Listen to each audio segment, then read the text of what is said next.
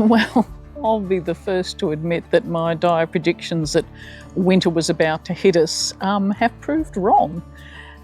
The sun is shining and autumn is definitely fighting back. We might be having cold temperatures overnight down to single figures, but the daytimes are definitely up in the high teens and low 20s. So I think for the next week or so, it's going to be good weather and things are hanging on, including our pumpkin vine down here. We're going to just leave that run until the absolute last minute. The broad beans are just breaking through the soil, and I've also got tiny carrot seedlings, and the beetroot seeds that we planted a couple in the last video are all shooting. So the winter crops are going really well. At this time of the year, the garden does actually shrink in on itself, and this was a huge riot of leaves just a few weeks ago, but already you can just see it sort of coming down. The general advice for a garden like ours in a cool climate is not to prune things back until after winter's finished. So let the frosts kill off all the vegetation on the top of the plant, let things happen, let things reshoot from underneath before you go anywhere near it. But this time I'm going to be showing you two plants which are the exception to that rule. And one of them is quite common. It's the hellebore, which is a widely used winter flowering plant, which I've spoken to you about before. And the second one is a bit more unusual, and it's a pitcher plant. And that's something which I only have one of, but the advice is contrary to everything we know about pruning in winter.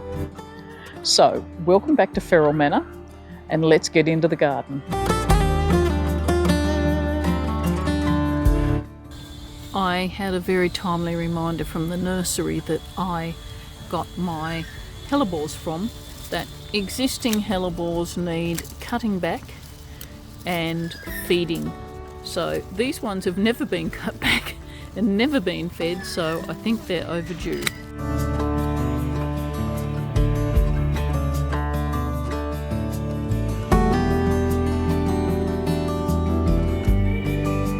It seems brutal, but apparently it is the way to go. It also helps me get rid of the rest of the weeds.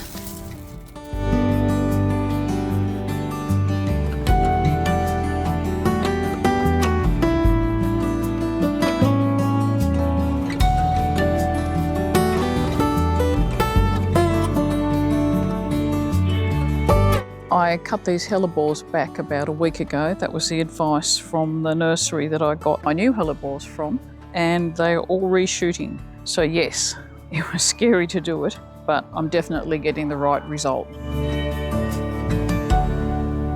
Last year on a whim, I bought this pitcher plant, a Saracenia, and it's one of those wonderful carnivorous plants. This one actually comes from North America, so it's a temperate carnivorous plant. It is not a tropical one. As I've just learnt from the University of YouTube, one of the things I do actually have to do is put this one to bed for winter, and I do that in a couple of ways. It has grown really rapidly, and I don't know if you can see all of the roots coming out of the bottom. So firstly, I need to transplant it into a bigger pot, and I've got this, what's normally an orchid pot, but I've seen people use aquatic pots.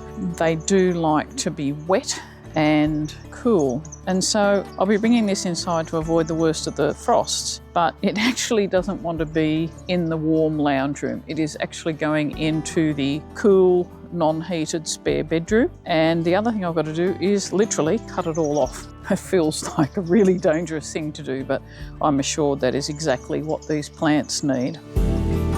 And one fun fact about these, when we were in Poland, we actually saw a whole outdoor beds full of this type of pitcher plant, and I wondered, because they're clearly left in place over winter, how they survived. But apparently it is actually the snow falling that creates an insulating blanket, and that's what helps them get through winter. So yeah, who'd have thought it? Anyway, I only have the one of these and I'm trying not to fall down yet another gardening rabbit hole. So if I can get this one alive and kicking, hopefully I won't need to buy any more. The mix I have here is moistened coir, perlite and sand. They don't actually want fertilisers or anything in their mix because, you know, being a carnivorous plant, they look after that aspect of things themselves.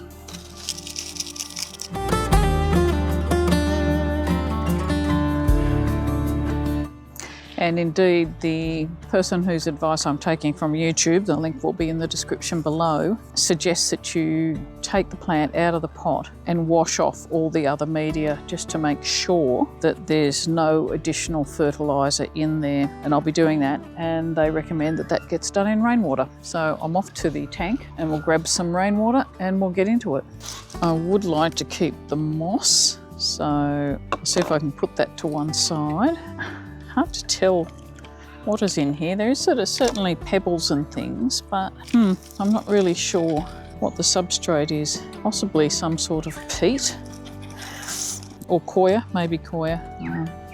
Yeah, and there's definitely gravel in there too. Definitely is ready for a pot upgrade. Don't worry, all of this sort of icky water will be tossed onto a garden bed somewhere. Gonna need some. This is the growing point just here. So that'll be intact and these longer leaves will be coming off. Make a bit of a mound for this to sit on as the roots seem to be spreading out quite widely. Right, there we go. Spread those roots around the pot and backfill.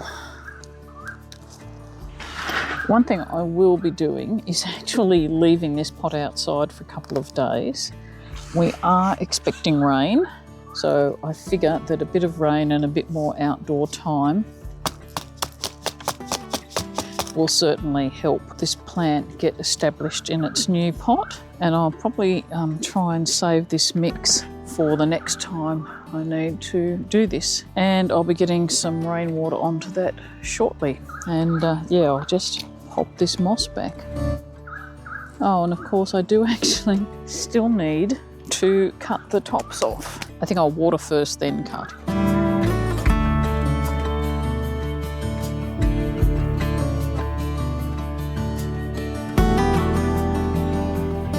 And now the pruning. It just seems so brutal, but I'm told this is what they need. They will actually go dormant over winter, so it's not like they actually need these stems. Might leave some of these really tiny ones here.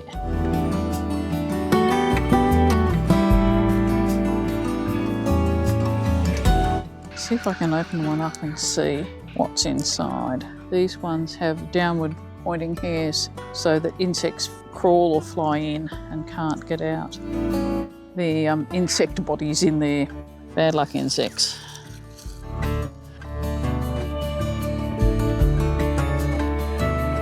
We've just heard that the tree people are on their way to do some work on the canopy of this big tree at the back. So it's all hands to the pump to shift all the stuff out from underneath it, and we've got to get moving.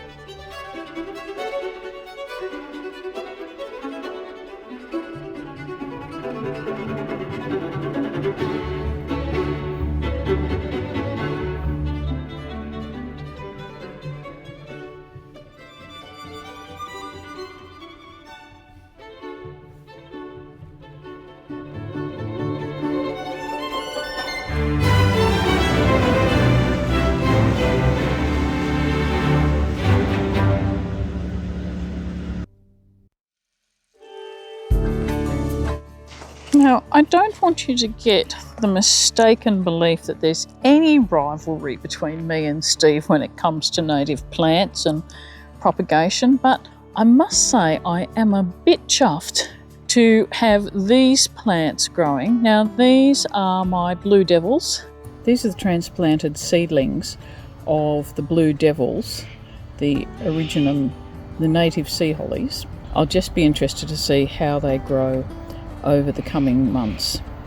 Look at the roots on that. So I am taking this opportunity to plant some of them in my big cold climate tub. I grew these ones from seed from our plants this year. So I have transplanted them twice now. I'm going to just slip a couple in, and I'm really looking forward to having these flower because, as I think I've shown you before, they have absolutely gorgeous purpley blue flowers, which goes very well in this planting scheme, and hopefully Steve is going to actually let me have some of his Wahlenbergias, and they're going to go into this pot as well. And these are the Wahlenbergias that Steve took the root cuttings of last time, and you can see these ones are already reshooting, so another great result. So definitely, if you haven't seen it before and you want to propagate some native bluebells, go and look at the previous video. I'll put a link below. Thanks for coming along this time. It's always lovely to have you visiting the garden. Please like and subscribe if you haven't done so already. It just helps the channel grow, and we appreciate all your comments and thoughts. So I'll see you later. Bye.